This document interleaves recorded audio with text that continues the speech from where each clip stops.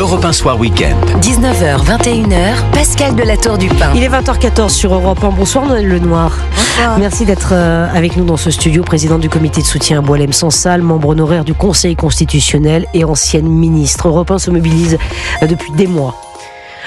Nous parlons régulièrement de la situation de Boualem Sansal. Aujourd'hui, ça faisait 6 mois. Il y avait un rassemblement qui était organisé aujourd'hui par votre comité de soutien à Boualem Sansal, dont vous êtes présidente, devant l'ambassade d'Algérie. La situation est extrêmement compliquée aujourd'hui. D'abord, Noël Lenoir, si vous le permettez, est-ce que vous avez des nouvelles? Je sais que c'est extrêmement difficile, mais s'il y a bien quelqu'un qui doit avoir des nouvelles de la santé, de l'état de santé de Boualem Sansal, c'est peut-être vous.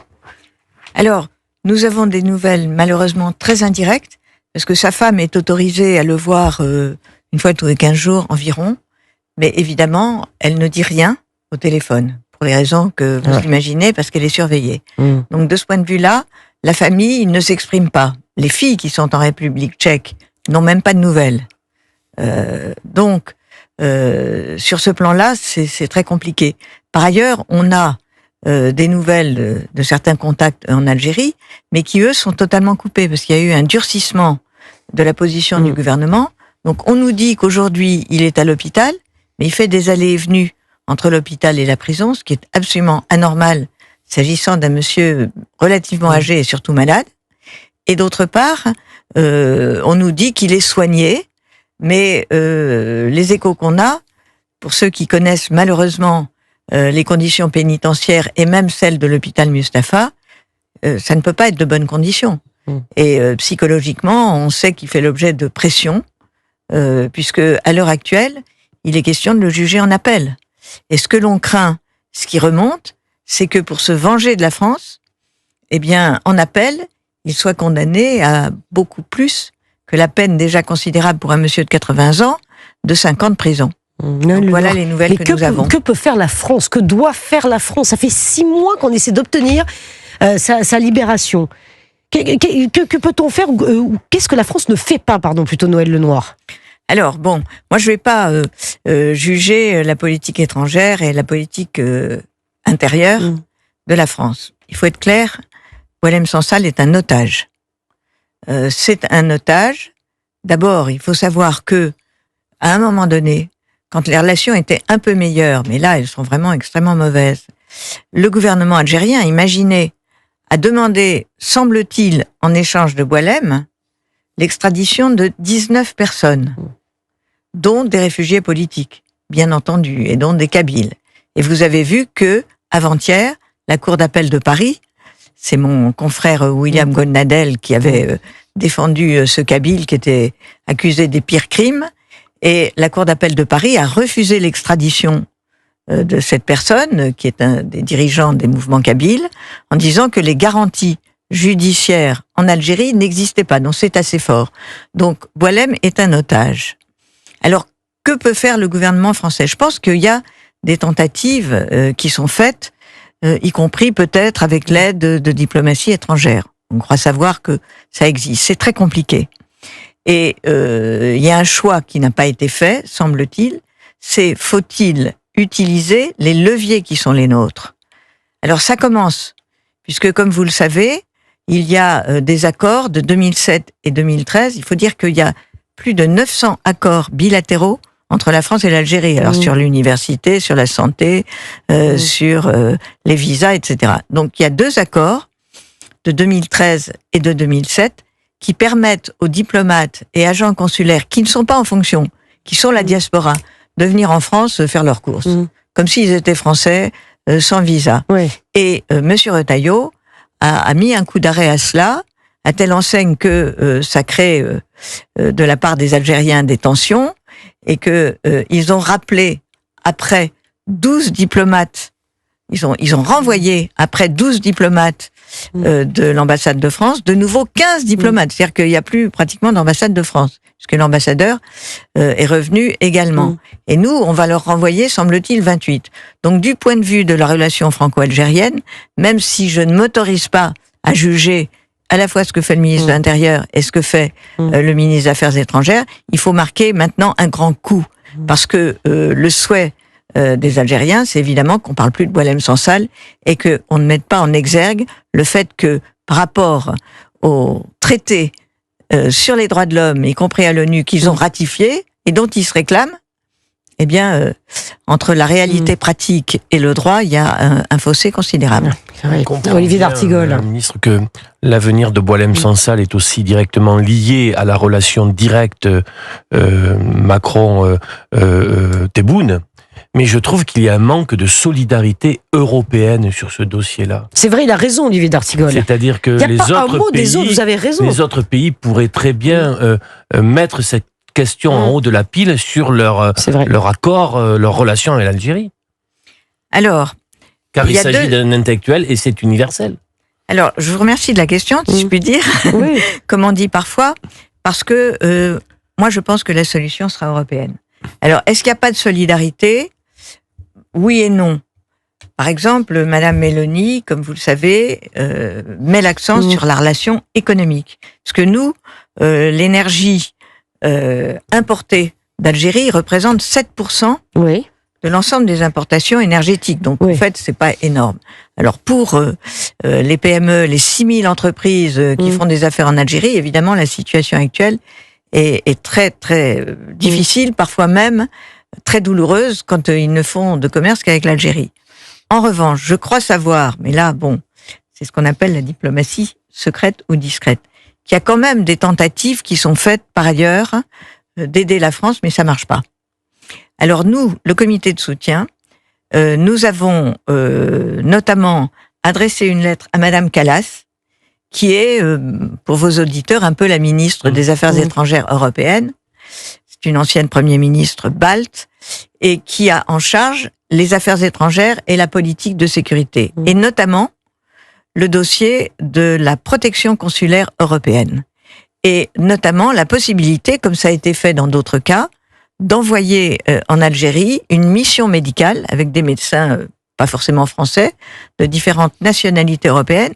Nous lui avons demandé ça, et nous lui avons demandé aussi, bien entendu, de confirmer qu'il n'y a pas de possibilité pour M. Tebboune, président algérien, de renégocier en faveur de l'Algérie l'accord d'association très intéressant économiquement pour ce partenaire économique de l'Europe, et que il faut dire stop. Elle nous a d'abord pas répondu, donc nous avons saisi la médiatrice européenne, qui est un peu le défenseur des droits, enfin c'est plutôt qui s'occupe de la bonne conduite des institutions européennes. Et comme on a saisi la médiatrice, elle nous a répondu, elle nous a fait répondre par une des directrices très aimable, mais dont nous avons trouvé la lettre totalement désinvolte, parce que c'était de nous dire on peut pas faire grand-chose parce que la France, etc. On avait vraiment le sentiment que la France n'était pas désireuse, n'était pas désireuse de voir l'Europe s'investir.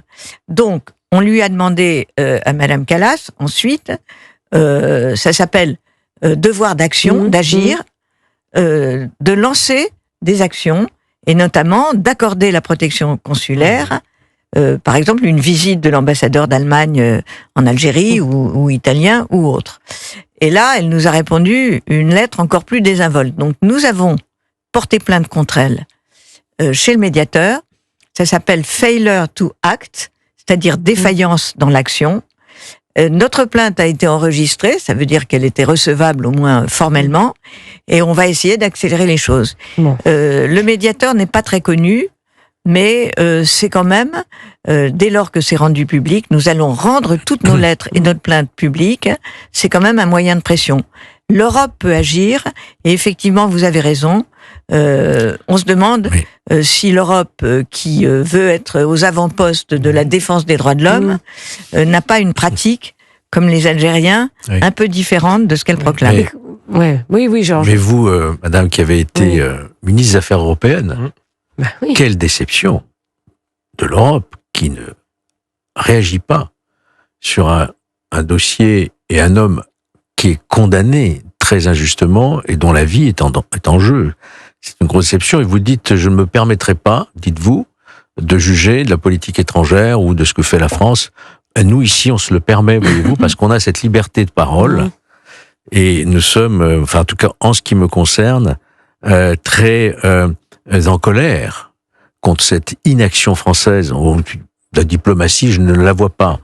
Et de voir en plus que certains parlementaires français sont partis pour une cérémonie, soi-disant le massacre, etc., alors que Boualem Sansal est dans les geôles, que des parlementaires, des sénateurs aient eu cette vraiment transgression, je dirais, par rapport à la France et à notre otage, je trouve ça vraiment déplorable. Voilà, je vous Alors, le dis. nous avons élevé une protestation, puisque c'était en gros LFI et des centristes, alors j'ai pas vérifié de quel parti centriste ils étaient, d'aller cautionner un régime tel que celui-là, qui incarcère un Français, bien sûr, de date récente, mais il est français à part entière, il n'est pas demi-français.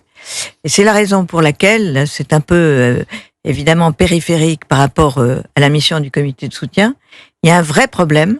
Nous l'avons vu dans les débats sur la résolution au rapport de Constance Le Grip, demandant à l'Assemblée nationale de voter pour une adresse à la Commission européenne et au président de la République pour la libération de Boualem Sansal.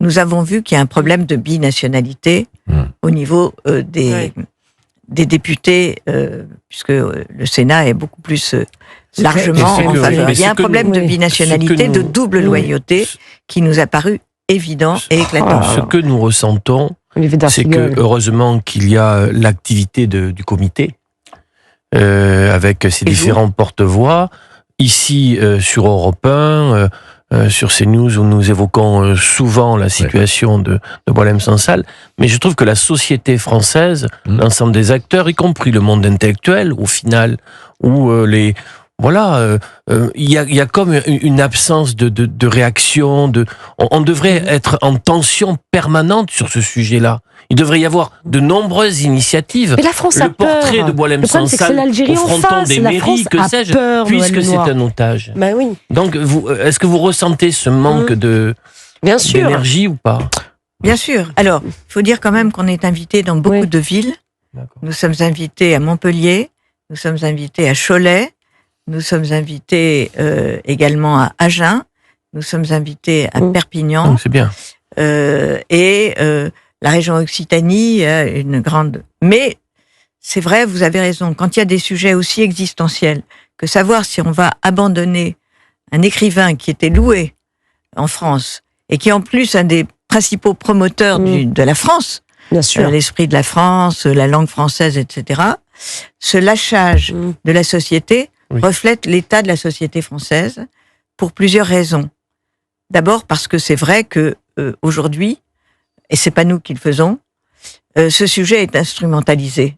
C'est-à-dire que vous avez des députés, pour ne pas les nommer, qui ont choisi en réalité de dégommer la France et de prendre parti pour l'Algérie dans, je pense, au vote des 28 députés LFI, qui s'est poursuivi par cette visite de caution, c'est-à-dire en réalité, ils ont dit l'Algérie a eu raison d'incarcérer Boualem Sansal, et je pense que ça reflète, comme vous l'indiquiez à l'instant, ce problème de l'islamisation qui était dénoncé à longueur de page dans les romans de Boualem Sansal et qui est devenu le principal sujet, à mon sens, tel que je peux l'observer en tant que présidente du comité de soutien de Boualem Sansal, le principal sujet de fracture.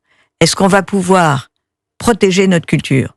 En Algérie, le président Tebboune a décidé de substituer l'anglais dans les études médicales au français. C'est comme si les Américains, qui ont été une colonie britannique, se séparaient de l'anglais pour parler une autre langue. Ils ont fermé les églises. Voilà. Non, vous avez bon espoir peut-être, Noël Lenoir? Est-ce que vous avez bon espoir on a bon espoir. Arriver? À quelle échéance? Parce qu'il y a urgence, il est malade. C'est-à-dire que le décès, pour des raisons, entre guillemets, d'épuisement ou de crise cardiaque, n'est pas exclu. N'est pas exclu. Et là, je pense que nous tenons à maintenir ce sujet à flot pour pouvoir souligner les responsabilités. Mais nous avons espoir, parce que je pense que l'Algérie se rend compte qu'en ayant cet otage, elle n'a rien à gagner.